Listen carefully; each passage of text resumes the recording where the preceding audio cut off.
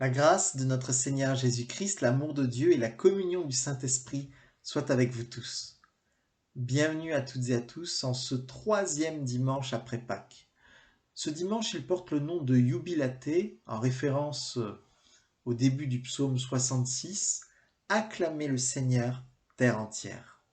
En effet, depuis le matin de Pâques et la victoire de la vie sur la mort, nous acclamons et nous proclamons le Christ ressuscité. Lui, le vivant, le vainqueur, est le centre qui nous unit les uns aux autres. Prions ensemble. Dieu créateur de toutes choses, tu nous fais revivre le mystère pascal où l'être humain, rétabli dans sa dignité, trouve l'espérance de la résurrection. Accorde-nous de le célébrer aujourd'hui dans la joie, que ton Saint-Esprit insuffle et inspire notre célébration, et qu'il nous donne de pouvoir ensuite traduire en gestes de foi, d'espérance et d'amour ce que nous aurons ici vécu. Par Jésus-Christ, ton Fils notre Seigneur, qui vit et qui règne avec toi, Père, et le Saint-Esprit, un seul Dieu pour les siècles des siècles. Amen. Bonjour à tous, on est content d'être avec vous pour cette louange et nous voulons commencer avec ce chant qui dit « Tu es ma source », un chant de Dan Lutten. Oui Jésus, tu es ma source, tu es mon bien, quand je me perds, tu prends ma main.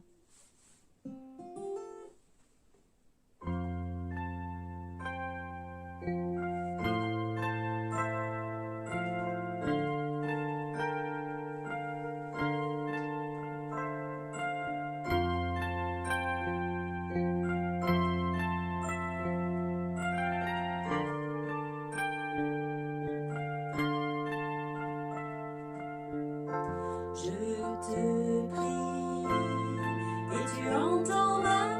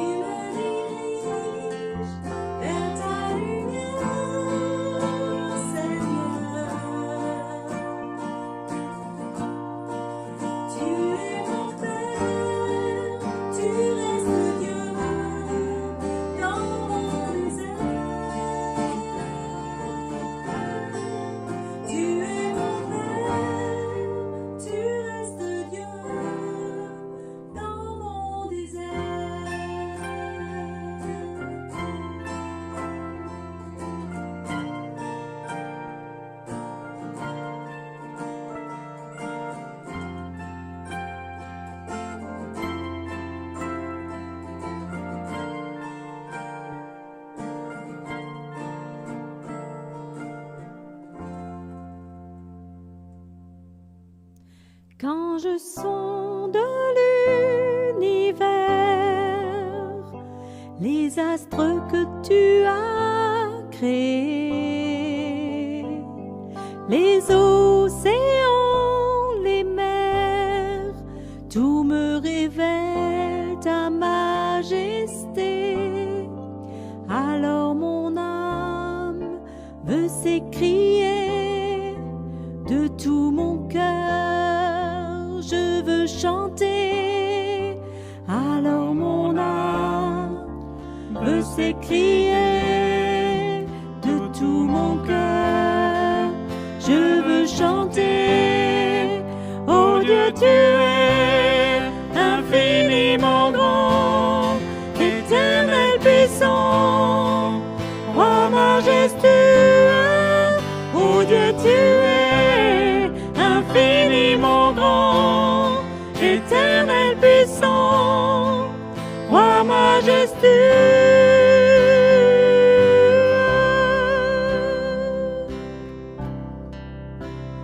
Quand je songe que tu m'as fait, que tu t'es révélé à moi, que pour moi tu as tout créé, tout me révèle ta bonté.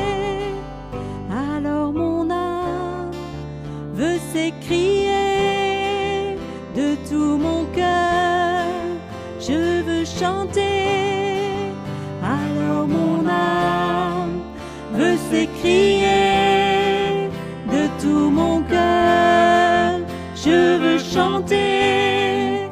Oh Dieu, tu es infiniment grand, éternel puissant, roi majestueux. Oh Dieu, tu es infiniment grand, éternel puissant, roi majestueux.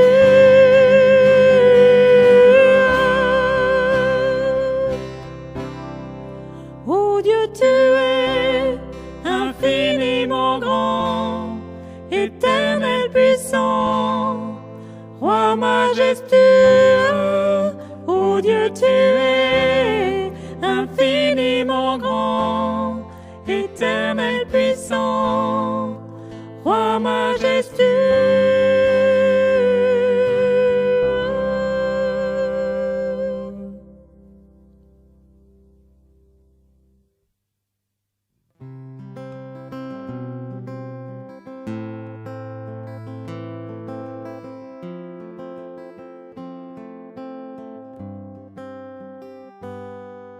Tu étais, tu es et tu seras toujours le même, toujours le même.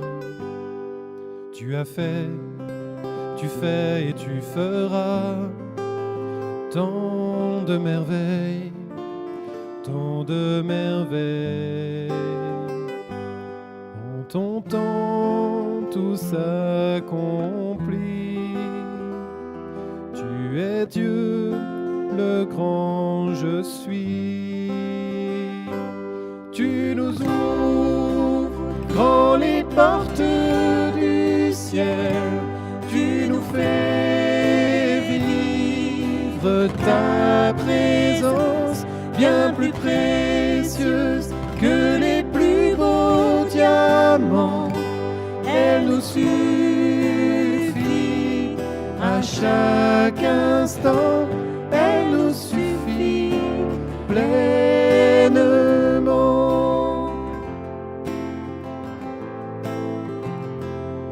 Tu étais, tu es, tu seras toujours le même, toujours le même. Tu as fait, tu fais, tu feras tant de merveilles, tant de merveilles.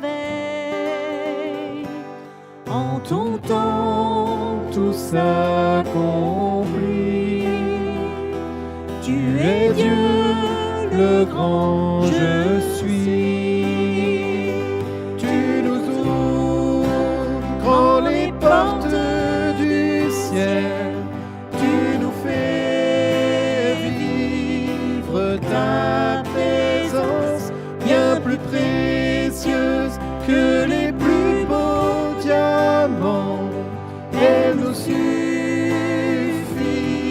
À chaque instant, tu nous ouvres grand les portes du ciel. Tu nous fais vivre ta présence, bien plus précieuse que les plus beaux diamants. Elle nous suffit à chaque instant, elle nous suffit pleinement.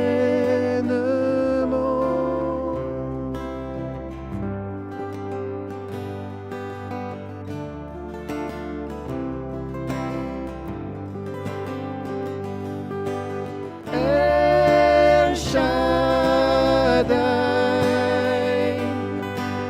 Dieu tout-puissant, Adonai,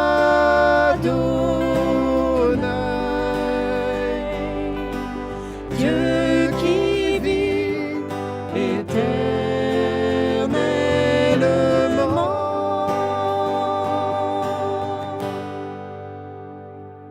Tu nous ouvres grand les portes du ciel, tu nous fais vivre ta présence, bien plus précieuse que les plus beaux diamants. Elle nous suffit à chaque instant, elle nous suffit pleinement.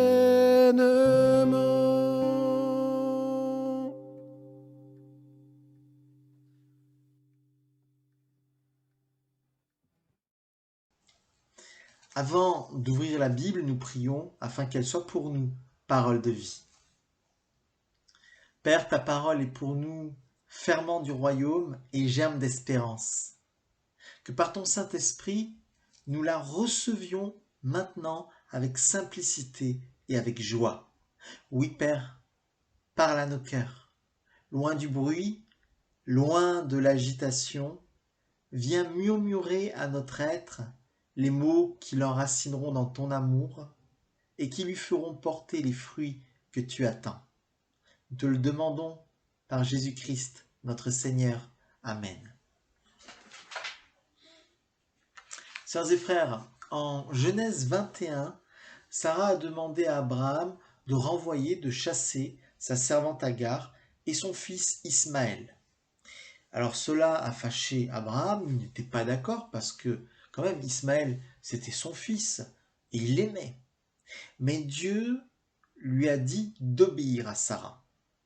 Dieu lui a dit d'obéir à Sarah parce qu'il a encore un projet pour Ismaël, Ismaël qui est appelé à devenir une grande nation. Certes, une nation distincte de celle d'Isaac, qui est l'héritier de la promesse faite à Abraham. Mais quand même, il y a un projet pour Ismaël, et donc il y a une promesse aussi pour Ismaël. Et voici ce qui se passe ensuite au verset 14 à 19 que nous lisons maintenant. Abraham se leva de bon matin, il prit du pain et une outre d'eau, qu'il donna à Agar et plaça sur son épaule. Il lui remit aussi l'enfant et la renvoya. Elle s'en alla, et elle s'égara dans le désert de Beersheba. Quand l'eau de l'outre fut épuisée, elle laissa l'enfant sous un des arbrisseaux, et elle alla s'asseoir vis-à-vis à une portée d'arc, car elle disait « Que je ne vois pas mourir mon enfant ». Elle s'assit donc vis-à-vis de lui, et éleva la voix, et pleura. Dieu entendit la voix de l'enfant, et l'ange de Dieu appela du ciel Agar et lui dit « Qu'as-tu, Agar ? Ne crains point, car Dieu a entendu la voix de l'enfant dans le lieu où il est. Lève-toi, prends l'enfant, saisis-le de ta main, car je ferai de lui une grande nation. » Et Dieu lui ouvrit les yeux, et elle vit un puits d'eau. Et elle alla remplir d'eau l'outre et donna à boire à l'enfant. Seigneur, ta parole est la vérité, conduis-nous dans toute ta vérité. Amen. Sœurs et frères, avant d'envoyer Agar et Ismaël dans le désert, Abraham a donc pourvu une dernière fois à leurs besoins. Il leur a donné du pain et un peu d'eau dans une outre, dans une gourde. Et puis bientôt, Agar se perd dans le désert. Elle se perd dans le désert et l'eau est vite épuisée. On peut voir dans cette outre remise par Abraham à Sarah une image des faibles ressources humaines, une représentation de nos ressources naturelles qui sont très limitées. Quant à Ismaël, il constitue un projet de Dieu. Il constitue un projet de Dieu puisqu'il y a une promesse divine qui repose sur lui. Ismaël, fils d'Abraham et d'Agar, est le projet que Dieu a confié à Agar afin qu'elle en prenne soin. Or, le garçon est en train de mourir dans le désert. Et à travers lui, ce sont la promesse et le projet de Dieu qui semblent mourir. Sœurs et frères, il peut nous arriver de nous retrouver dans une situation semblable à celle d'Agar. Il peut nous arriver de nous retrouver perdus dans le désert d'un malheur, dans le désert d'une épreuve. L'outre de nos ressources humaines est alors vide, nous n'avons plus ni force, ni courage, nous sommes complètement abattus. Et nous voyons le projet de vie que Dieu nous avait confié en train de mourir. Nous voyons dépérir ce qui donnait sens à notre existence. À vue humaine, il n'y a plus d'espoir. Alors comme Agar qui s'éloigne de son garçon qu'elle ne veut pas voir mourir, nous abandonnons ce projet. Nous renonçons à lui, nous faisons une croix dessus, nous nous éloignons de lui. Et nous nous asseyons, nous restons à terre pour pleurer. Ainsi, le désert de nos épreuves nous confronte à une évidence fondamentale, à savoir que il nous est totalement impossible de nous confier dans nos propres ressources humaines. Mais bonne nouvelle, nos forces sont épuisées certes, mais quand nos forces sont épuisées, les ressources illimitées de Dieu, elles demeurent. Vous entendez? Quand nos forces sont épuisées, les ressources illimitées du Seigneur demeurent. Quand l'outre de nos ressources personnelles est vide, nous pouvons donc nous attendre à Dieu. Même si nous avons sérieusement l'impression d'être abandonnés, délaissés de lui, nous pouvons encore compter sur lui. Au bout du découragement, il y a l'espérance. Au bout de l'aridité, il y a la vie. Au bout du chagrin, de la peine, il y a le réconfort et la paix. Le potentiel infini du Dieu vivant révélé en Jésus-Christ est la réponse qu'il apporte à nos capacités et nos ressources limitées. En effet, l'ange de Dieu intervient et il adresse sa parole à Agar. Mon frère, ma sœur, le désert de ton épreuve peut devenir le rendez-vous de Dieu. Au cœur de ce désert, au cœur de ce lieu aride de ta détresse, la parole de Dieu résonne. Le désert est toujours dans la Bible ce lieu particulièrement ambivalent et paradoxal. D'une part, en effet, c'est le domaine du danger, de l'épreuve, de la mort et même des démons.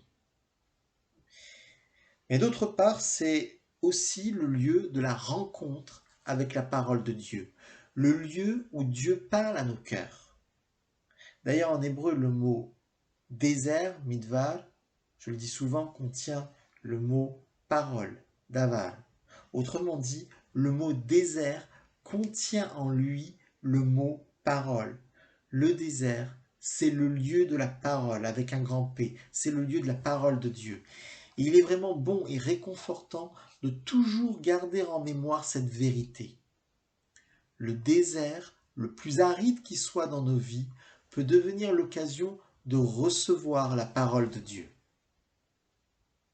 Quel que soit notre état de détresse, quelle que soit l'aridité de notre désert, Il nous est toujours possible d'entendre la parole du Seigneur. Quand nous accueillons cette parole qui nous adresse dans le désert, nous retrouvons alors le Dieu vivant révélé en Jésus-Christ comme la source et le but de nos vies. Nous retrouvons en lui notre centre, notre force et notre espérance. Arrêtons-nous un instant sur la parole qui est adressée à Agar. Qu'as-tu, Agar? Ne crains point, car Dieu a entendu la voix de l'enfant dans le lieu où il est. Lève-toi, prends l'enfant, saisis-le de ta main, car je ferai de lui une grande nation. Frères et sœurs, cette parole est premièrement parole qui interpelle. Deuxièmement, parole qui rassure. Troisièmement, parole de compassion et de fidélité. Quatrièmement, parole de résurrection, parole qui relève, parole qui remet debout. Et puis cinquièmement, parole de promesse et parole d'espérance. D'abord donc, parole qui interpelle. Qu'as-tu, Agar? Littéralement dans le texte hébreu, quoi pour toi, Agar? Façon de dire, hé Agar, ça y est, c'est terminé, tu baisses les bras, c'est fini, tu te résignes. Allons Agar, réfléchis. C'est le moment de faire le point sur ta situation et sur ta vie. Et c'est le moment de réagir. Quoi pour toi, Agar? Sous-entendu, eh bien, il y a pour toi la vie de cet enfant que Dieu t'a confié, ce projet que le Seigneur t'a confié. Et il y a donc aussi la responsabilité qu'il t'a donnée de prendre soin de lui. Mon frère, ma sœur, en venant ainsi t'interpeller, la parole de Dieu vient simplement faire une brèche dans les murs du découragement qui t'enferment dans l'obscurité, dans les ténèbres. Et à travers cette brèche, il va pouvoir faire entrer la lumière qui libère, la lumière qui va tout changer. Alors vient ensuite la parole divine qui rassure. Ne crains point. Ne crains point. Cesse d'être intimidé par le désert de ton épreuve. Cesse de laisser la peur et l'angoisse occuper toute la place dans tes journées. Laisse la parole de Dieu prendre le dessus. Au nom de Jésus, que ton esprit reçoive maintenant, lui, l'esprit du Seigneur qui n'est pas un esprit de crainte, de peur, mais au contraire l'esprit d'adoption. L'esprit d'adoption par lequel tu cries « Abba, Père ». Que l'esprit du Seigneur déverse dans ton esprit une paix profonde, la paix inébranlable du Christ, et qu'il te communique une confiance et une assurance toute nouvelle. Au nom de Jésus, que ton âme, avec ton intelligence, tes raisonnements, tes pensées, tes émotions, tes sentiments, tes affects et aussi ta volonté, que ton âme tout entière s'aligne maintenant sur cette paix, cette confiance aussi, et puis cette assurance qui viennent de Dieu. Que ton âme soit renouvelée, qu'elle soit libérée des chaînes de la peur et de l'angoisse. Et au nom de Jésus, que ton corps, ton être physique, soit lui-même impacté par cette grâce merveilleuse. Que tout ce qui était tendu en lui se détende maintenant. Que tout ce qui était noué en lui se dénoue. Et que tout ce qui était lourd en lui, tout ce qui pesait en lui, soit maintenant allégé, oui, s'allège au nom de Jésus. La parole du Seigneur, elle est aussi parole de compassion et de fidélité. Dieu a entendu la voix de l'enfant. Dieu a entendu la voix de l'enfant.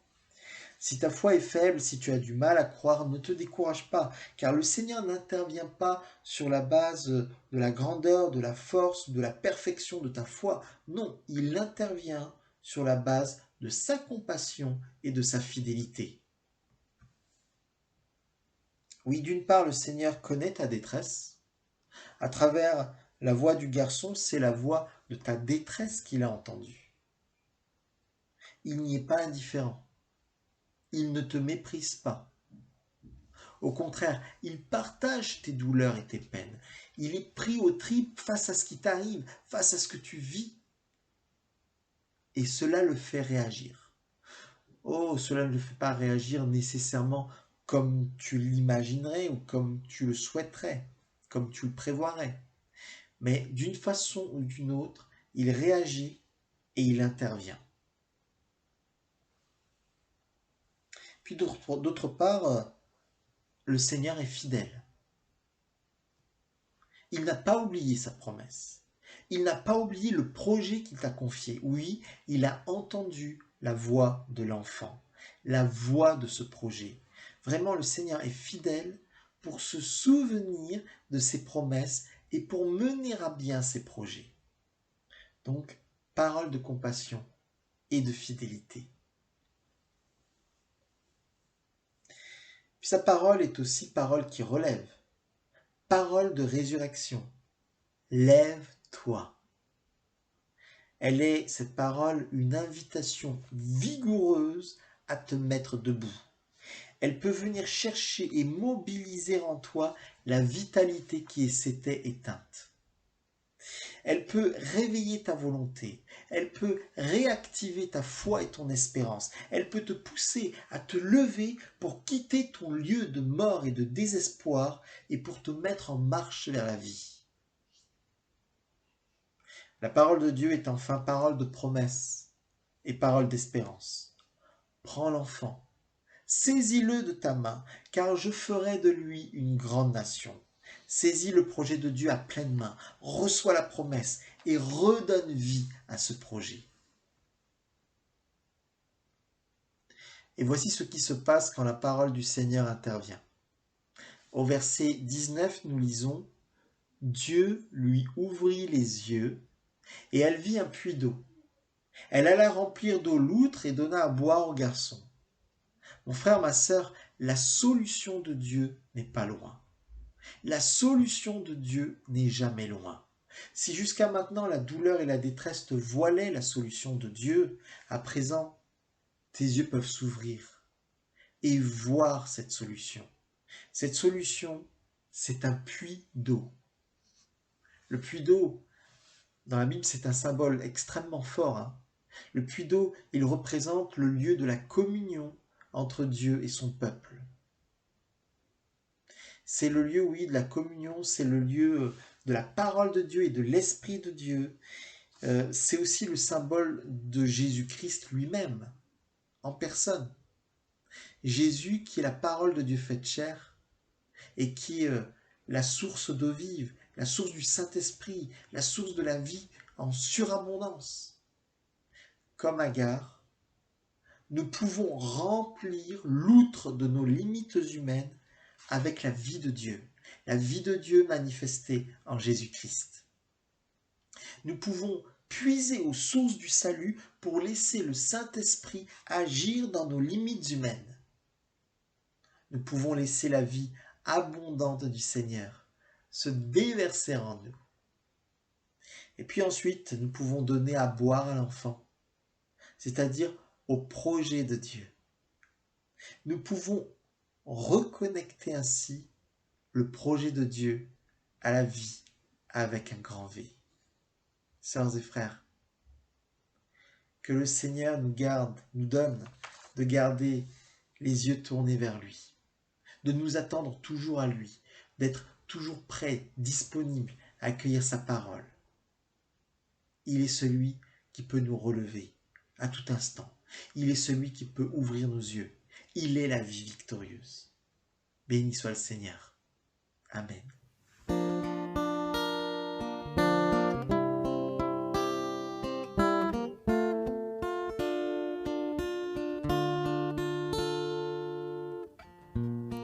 Oui, nous voulons être un peuple embrasé, l'Église que ton cœur attend. Viens briser nos chaînes, détruis notre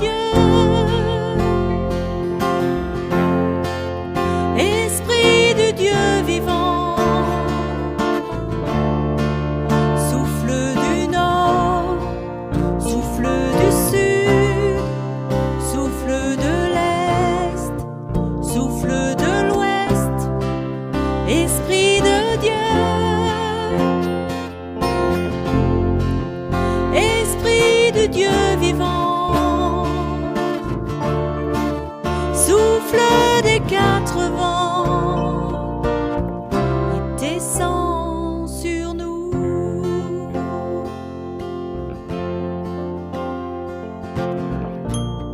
Envoie ta puissance en nous les témoins d'un royaume qui se répand.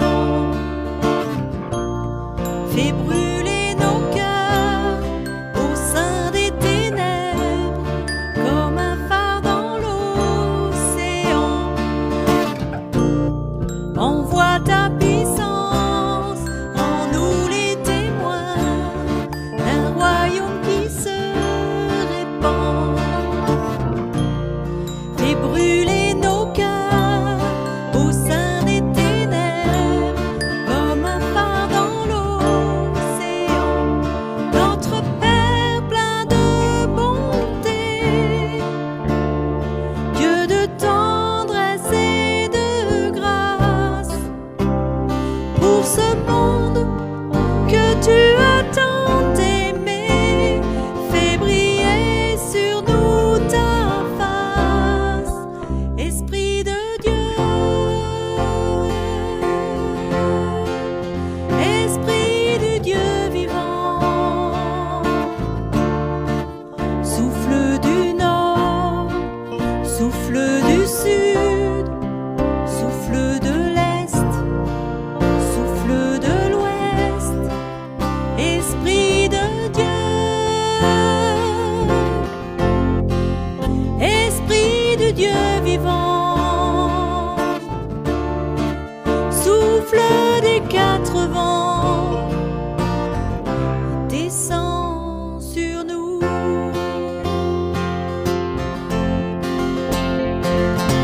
Que ton règne vienne, ta volonté soit faite sur la terre comme au ciel, sur la terre comme au ciel.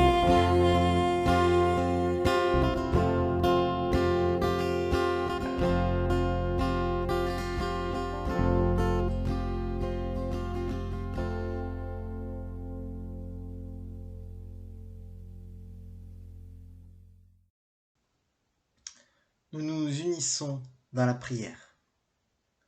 Dieu d'Abraham, Dieu de la promesse, donne-nous d'être les témoins de ta fidélité que le monde attend. Dieu de Jacob, Dieu du combat, donne-nous de lutter contre le mal, l'injustice et la souffrance. Dieu de Moïse, Dieu du combat, donne-nous de libérer les prisonniers du doute, du désespoir et de la peur. Dieu de David, Dieu des louanges, donne-nous de répandre la joie de te connaître. Dieu d'Élie, Dieu de la faim rassasiée, donne-nous de partager notre pain avec celles et ceux qui ont faim. Dieu révélé en Jésus-Christ, Dieu d'amour, donne-nous en tout temps et en tout lieu d'être comme les échos de ta parole qui accueillent, qui consolent et qui donnent la paix. Au nom de Jésus, nous te disons, notre Père qui es aux cieux, que ton nom soit sanctifié, que ton règne vienne, que ta volonté soit faite sur la terre comme au ciel. Donne-nous aujourd'hui notre pain de ce jour. Pardonne-nous nos offenses, comme nous pardonnons aussi à ceux qui nous ont offensés. Et ne nous laisse pas entrer en tentation, mais délivre-nous du mal. Car c'est à toi qu'appartiennent le règne, la puissance et la gloire pour les siècles des siècles.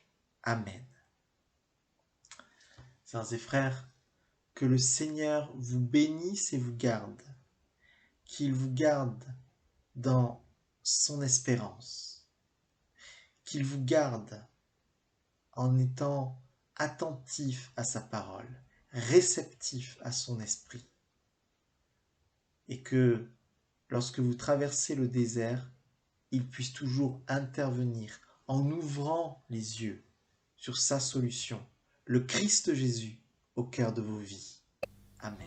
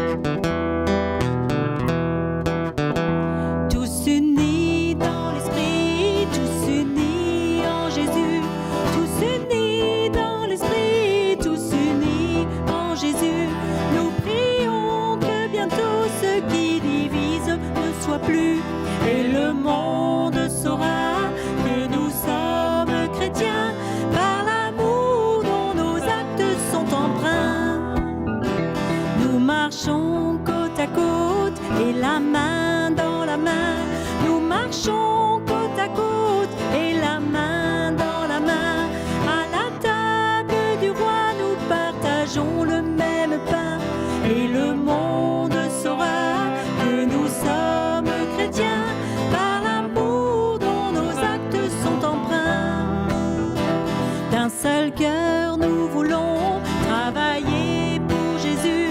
D'un seul cœur nous voulons travailler pour Jésus. Proclamer à tout homme qu'il nous offre le salut. Et le monde saura que nous sommes chrétiens par l'amour dont nos actes sont empreints. Gloire au Dieu créateur de la terre et des cieux. Gloire au Fils éternel, rédempteur glorieux. Gloire, gloire à l'Esprit qui verse en nous l'amour de Dieu. Et le monde saura que nous sommes chrétiens par l'amour dont nos actes sont empreints. Et le monde saura que nous sommes chrétiens